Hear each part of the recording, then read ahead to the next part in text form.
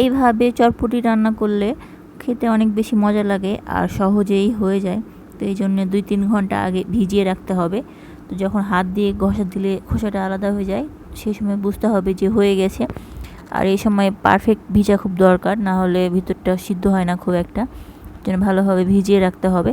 তারপরে অন্যান্য মশলাগুলো নিয়ে নিতে হবে। এখানে আমি আলু, তারপরে বেশি পরিমাণে পেঁয়াজ, রসুন, কাঁচামরিচ দিয়েছিলাম। তার মধ্যে লবণ, হলুদ, জিরা, ধনিয়া সব মশলা দিয়ে আমি এবার মিক্সড করে নেব। আর তেল দিয়ে দিব। আর কিছুটা চটপটির মশলা দিলেও অনেক বেশি ভালো লাগে, কিন্তু হাতের কাছে না থাকলেও বাসার উপকরণ দিয়েও অনেক বেশি মজার হয়। তো তারপরে হালকা কষিয়ে নিয়েছিলাম।